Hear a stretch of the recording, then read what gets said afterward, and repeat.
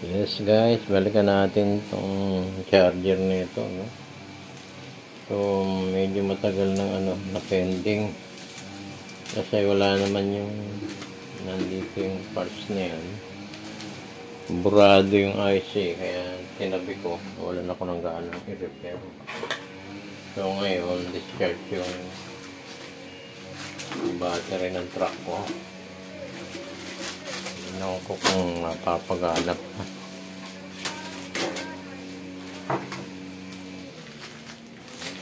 Sige, wala yung nag-auto shut off to. Tignan ko na lang kung matatanggal ko yung auto shut off. Kahit mawalan siya ng automatic. Bakit gumana? Hindi ko pang magupit tayo. So, nandito.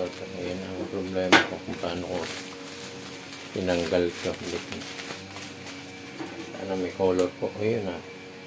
Patid na. Napalagay ko dito. Yun. Ito si green. So, unang-una.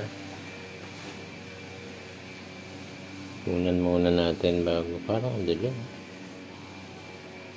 So, green tsaka brown. Yellow tsaka white. So, ayusin ko muna ito bago ako mapatiran, no? Yan, para may guide ako. Yan yung apat. Yes guys, balik na natin tong board, no? So, ito, buti na lang meron akong picture na i-save. Nakalimutan ko na kung saan ko pinagpapatid to kasi itong nanditong vacant na IC yan. Tinanggal ko na, wala kasing yan ang problem nito, nag-auto shut off local assemble. Ayan ang kadalasan ginagawa nila, binubura. So mabot din na mahigit 1 taon to.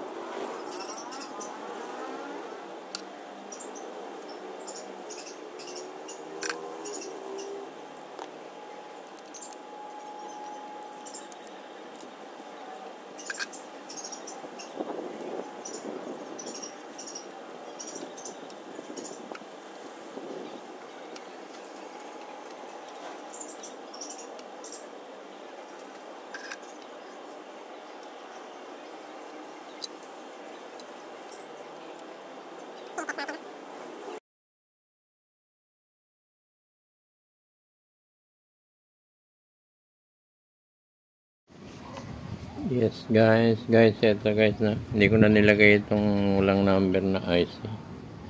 Nawala na yung protect, nag-charge na siya, ayan o. May amperahe na siya. Then voltahe 12 volts, no? Siya 13 volts.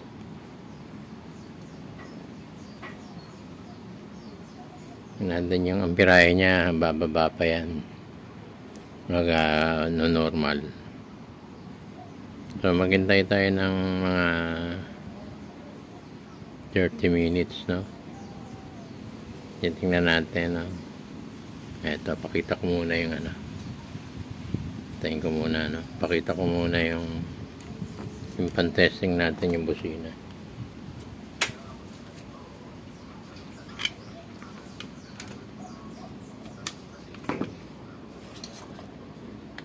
So guys, yung busina ko, no? Ito yung pan-testing ko, actual.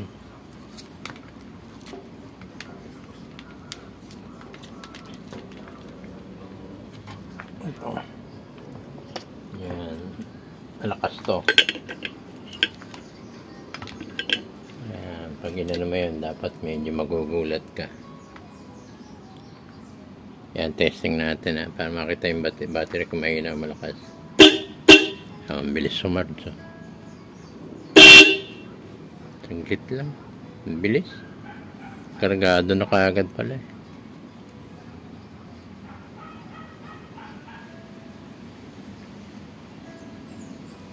Malakasin pa natin. Tingnan ko.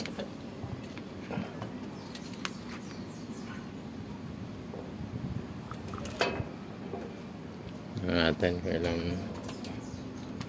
ano na siya. Yun, 12, 11. Nasa 12 na siya.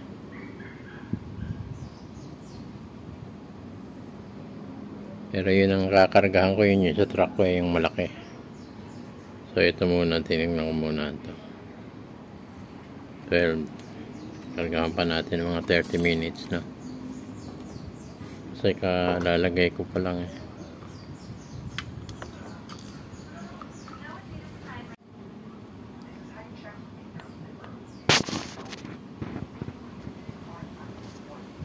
So guys, ayan yung malaki, no? Ito na, tingnan natin.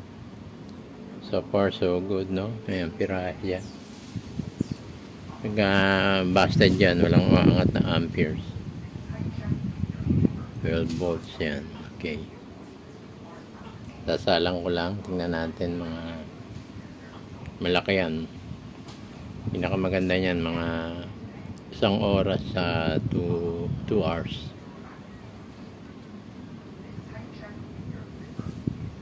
So iwanan muna natin, balikan ko kayo. Yes guys, testingin natin, ha. Yan, testing muna. Ito. Ilan volts? Inabot to na 1 oras.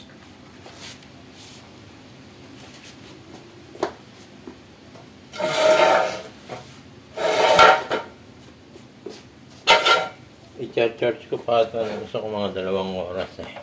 Inaabot lang ako ng ulan dun sa pwesto ko, eh.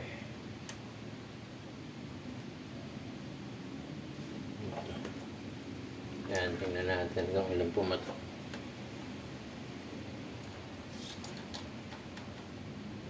Negative, positive. Yun, 12.7. Yan, kita ba sa camera? Ito. 12.7. Okay, tingnan natin sa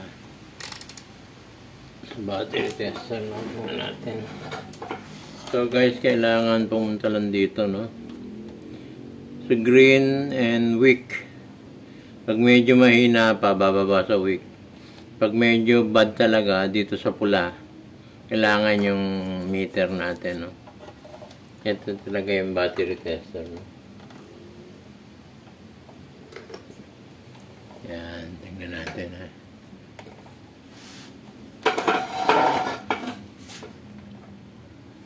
Kita ba? Dito na natin tutok sa, ano. Yan. Yun.